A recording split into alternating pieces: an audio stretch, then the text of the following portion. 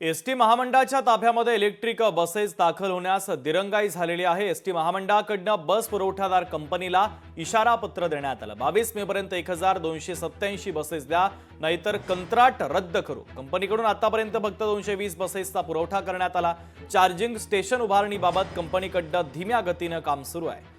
2 वर्षात 5150 बसेस पुरवण्याचं एसटी महामंडळ आणि कंपनीमध्ये करार झाला होता, तर करारातील 25% बसेस 12 महिन्यामध्ये पुरवठा करण्याची अट होती। जानेवारी 2025 पर्यंत कंपनीकडून 1935 बस पुरवठा अपेक्षित आहे, तर 1935 ऐवजी फक्त 220 बसेसचा पुरवठा करण्यात आला। इलेक्ट्रिक ऐवजी डिझेल बसेसमुळे एसटीच्या खर्चामध्ये वाढ झालेली आहे।